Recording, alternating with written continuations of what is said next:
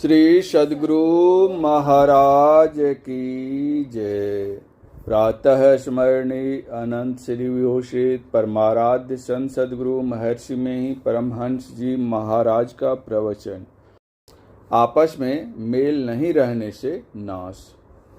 मंदो गुरु पद कंज कृपा सिंधु नर रूप रे मोह तम पुंज जासु वचन रवि करनिक।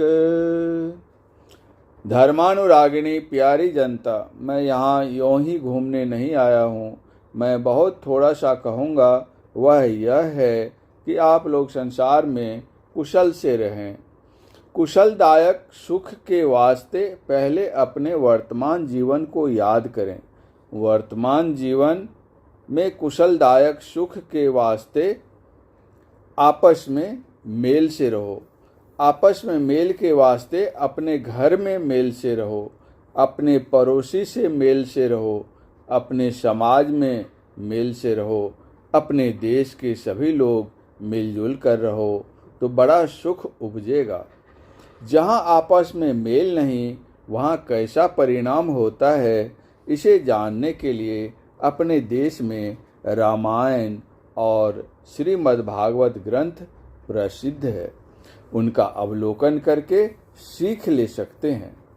रावण को अपने भाई से बनाव नहीं था। उनके भाई ने समझाया, लेकिन उसको अहंकार बहुत था। उसने अपने भाई विभीषण को लातों से मारा, भरी सभा के बीच अपमान किया। विभीषण जानता था कि राम से रावण पार नहीं पावेगा। वह राम की शरण में चला गया। भाई से मेल नहीं रहने के कारण लंका राज्य का जो नतीजा हुआ सभी जानते हैं। अपने परिवार सहित रावण मारा गया। आपस में मेल नहीं रहने के कारण बड़े बड़े बलवान लोग नाश को प्राप्त हुए। श्रीमद्भागवत पढ़कर देखिए। महाभारत ग्रंथ में कौरव और पांडव की कथा पढ़िए। पांचों भाई पांडव में बड़ा मेल था। 101 भाई कौरव थे। उन लोगों को आपस में मेल नहीं था। दुर्योधन के अन्यायपूर्ण व्यवहार के कारण आपस में मेल नहीं था। उससे उनकी बड़ी हानि हुई थी। अपने चचेरे भाई पांडवों से मेल नहीं रहने के कारण अपने सभी भाइयों तथा पुत्रों के साथ मारा गया। आपस में मेल नहीं होने से ऐसा ही होता है। एक कहानी है। एक आदमी था, वह बहुत गरीब हो गया। उसके पास भोजन भी नहीं रहा। उसको 4 पुत्र थे। चारों में मेल था। एक दिन विचार किया कि चलो जंगल। चारों पुत्रों के साथ वह गरीब आदमी जंगल चला।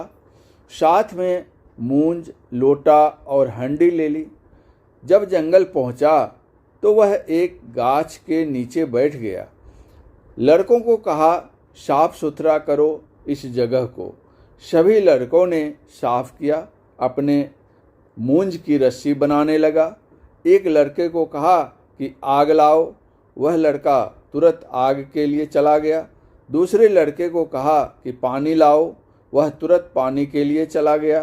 तीसरे लड़के को कहा लकड़ी काट कर लाओ। तीसरा लड़का भी पिता की आज्ञा से तुरंत लकड़ी के लिए चला गया। एक लड़के को कहा चूल्हा बनाओ। चूल्हा भी बन गया। गाछ पर एक प्रेत रहता था। प्रेत सूक्ष्म शरीर में रहता है। जब तक उसकी ममता सांसारिक वस्तुओं में और परिवारों में लगी रहती है, तब तक वह प्रेत योनि में रहता है। अपने कर्मानुसार भोग भोग कर अन्य योनि में जाता है। प्रेत से डरना ठीक नहीं। जीवात्मा की अमरता निश्चित है, इसलिए प्रेत से डरने की बात नहीं। अपने कर्म के मुताबिक जीव हानि लाभ उठाता है। वृक्ष पर से प्रेत ने देखा कि बूढ़े के पास खाने का कोई सामान नहीं है, खाएगा क्या? उस बूढ़े से पूछा, ए पुरुष, हंडी में क्या पका कर खाओगे? बूढ़े ने पूछा, तुम कौन बोलते हो? तुमको यह पूछने की क्या जरूरत है? प्रेत ने कहा, मैं प्रेत हूँ। बूढ़े ने कहा, मैं तुमको इस रस्सी से बांधूंगा। हम लोगों को आपस में मेल है, इसलिए तुमको ही पकड़कर इस हंडी में पकाऊंगा। प्रेत ने कहा, तुम्हारे अंदर बहुत मेल है, तुम लोग मुझे पछाड़ सकते हो। मैं तुम लोगों के मेल पर बहुत प्रसन्न हूँ। तुमको धन चाहिए? यहाँ गाछ के नीचे धन गड़ा हुआ है, तुम ले जाओ। वह बूढ़ा अपने पुत्रों के साथ मनचाहा धन लेकर घर वापस चला आया। यह तो मेल की बात हुई। बूढ़े के पड़ोस में एक दूसरा आदमी था, उसको भी 4 पुत्र थे। उसने उस बूढ़े से पूछा कि आपको यह धन कैसे प्राप्त हुआ? बूढ़े ने जंगल का प्रेत वाला सारा वृत्तांत कह सुनाया। वह आदमी भी अपने पुत्रों के साथ उसी जंगल में उसी वृक्ष के नीचे पहुंचा जहां पर वह प्रेत रहता था। उसने अपने बेटों को कहा, लकड़ी लाओ, आग लाओ, पानी लाओ। बेटे ने कहा, आप पागल हो गए हैं, इन सब चीज़ों की क्या ज़रूरत है? किसी बेटे ने उसकी आज्ञा का पालन नहीं किया। प्रेत ने कहा, तुम जल्दी भागो, नहीं तो सबको पछाड़ पछाड़ कर मार डालूंगा। तुमको आपस में मेल नहीं है। वह बूढ़ा भाग गया।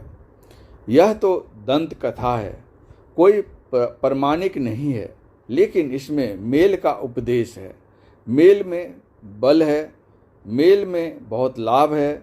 भगवान श्री कृष्ण के सामने ही आपस में मेल नहीं रहने के कारण 56 कोटि यदुवंशियों का नाश हो गया। आपस में मेल से रहने के लिए झूठाई से अलग रहो, सत्य बोलो। सत्य के बिना मेल खत्म हो जाएगा। सत्यता को ग्रहण करो तो आपस में मेल खूब रहेगा। सत्य को जो ग्रहण करते हैं वे ईश्वर को पाते हैं। सांच बराबर तप नहीं, झूठ बराबर पाप। जाका हृदय सांच है, ताके हृदय आप। इसलिए आपस में सत्य का वर्ताव करो। राजा बिंबिसार को बेटे ने मरवा दिया।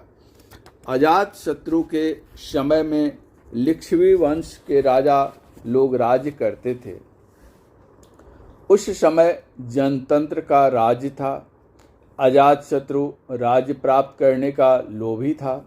दूसरे राजा लोग मेल से रहते थे। उन लोगों का मेल देखकर अजात शत्रु साहस नहीं कर पाता था। भगवान बुद्ध उस समय मौजूद थे। भगवान बुद्ध से जब पूछा गया तो उन्होंने कहा, मैंने उन सबों को जनतंत्र राज्य करने का उपदेश दिया है। जब तक वे लोग मेल से रहेंगे तब तक कोई उन सबों पर विजय नहीं प्राप्त कर सकेगा।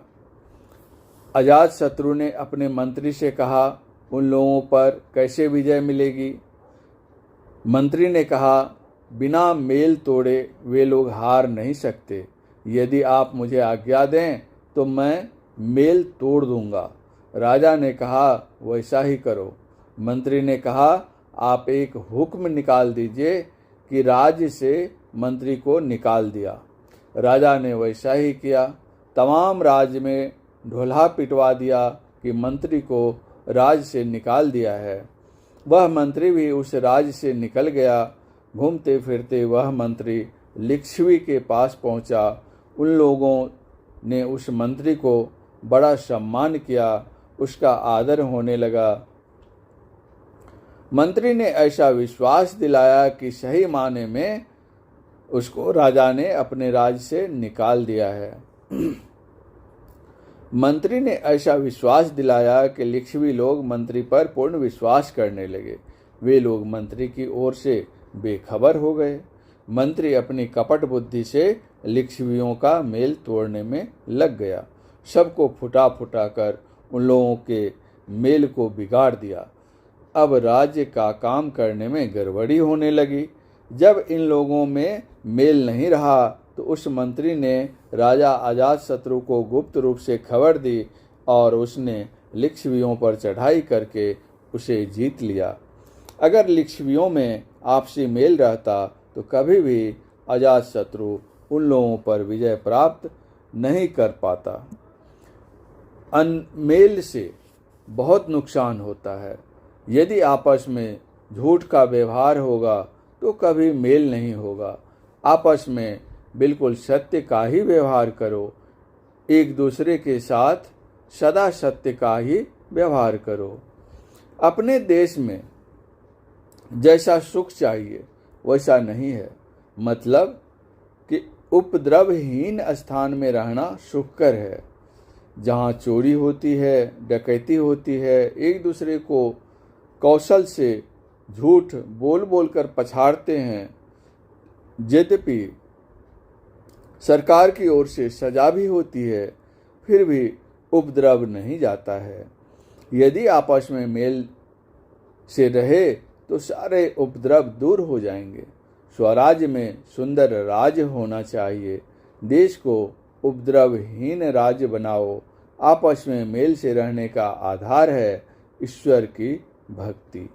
केवल वाचक ज्ञान से काम नहीं चलेगा। ज्ञान के साथ भक्ति और योग भी चाहिए।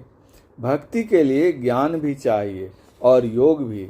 यदि लोग ईश्वर भक्ति में बंधते हैं तो एक धर्म में बंधते हैं। ईश्वर एक हैं, उनकी भक्ति करो। ईश्वर के भक्त को एक मेल में रहना चाहिए।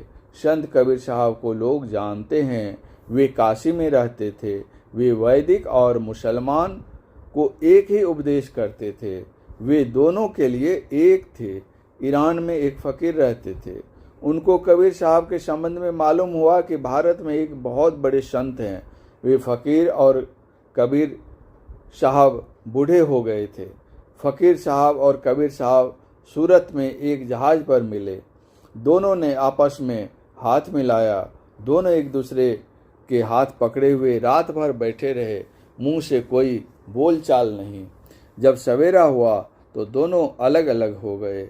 जहाज पर से उतरकर जब वापस चलने लगे तो दोनों के साथ के अनुयायियों ने पूछा कि आप लोग इतना कष्ट उठाकर इतनी दूर मिलने आए और कोई बातचीत नहीं की। फ़कीर साहब ने अपने अनुयायियों तथा कबीर साहब ने अपने साथ के अनुयायियों को समझाया कि हम लोगों ने बहुत बड़ी बातचीत की। अरे, हमारी आत्मा और उनकी आत्मा एक है, इसलिए हम लोगों की आत्मा से बातचीत हुई। दोनों महात्मा दो देश में रहते थे। दोनों को आपस में ईश्वर की भक्ति ने मिलाया। सांप्रदायिकता के भाव को ईश्वर भक्ति महत्व नहीं देती है।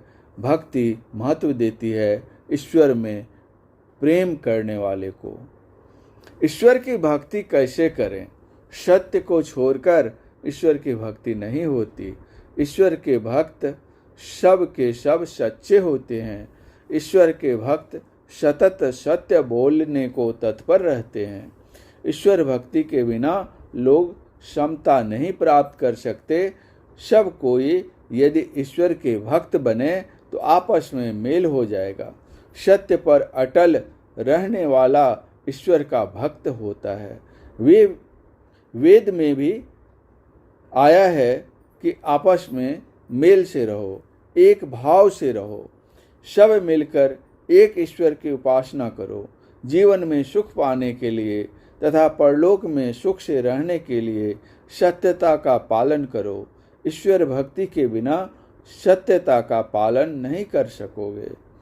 दूसरी बात है कि देश में खेती के बिना सब रोजगार समाप्त हो जाएगा। खेती से अन्न उपजता है। अन्न को शास्त्रों में ब्रह्म कहा है। खेती के लिए गौ पालन करो। गौ पालन से खाद मिलेगा। गाय का गोबर गोत उत्तम खाद है। माता का दूध थोड़े दिन पीते हैं, गाय का दूध जीवन भर पीते हैं। गाय के बछड़े को हल में जोतते हैं, इसलिए गौ पालन भी करो। देश में गौ पालन का ख्याल बहुत कम हो गया है, इसलिए खेती में तरक्की नहीं हो रही है। खेती खूब करो। खेती के लिए गौ माता की सेवा अवश्य करो। अपने अंदर अध्यात्म ज्ञान रखो। अध्यात्म ज्ञान के लिए ईश्वर भक्ति करो। यह प्राचीन सिद्धांत है, नई बात नहीं। अगर कोई बहला गाय को बेचते हैं, यह देश हित का काम नहीं करते हैं। कम से कम वह गाय गोबर गोंद तो देती है, उससे खाद तो बनेगा ही। बूढ़े गाय बैल को मत बेचो, उसको बेचोगे तो निंदा करेंगे। कभी न कभी अपना शरीर भी छूट जाएगा। मनुष्य के शरीर के हार चाम किसी काम में नहीं आते, लेकिन गाय बैल के हार चाम से बहुत काम करते हैं। गाय मरते मरते भी नफा देकर जाती है। इसलिए गाय का पालन अवश्य करो और सब कोई आपस में मेल से रहो। परम पूज्य गुरुदेव का यह प्रवचन पूर्णिया जिला संतमन सत्संग के वार्षिक अधिवेशन में ग्राम सधुवैली में दिनांक 23/3/1968 ईस्वी के सत्संग में हुआ था। श्री सद्गुरु महाराज की जय।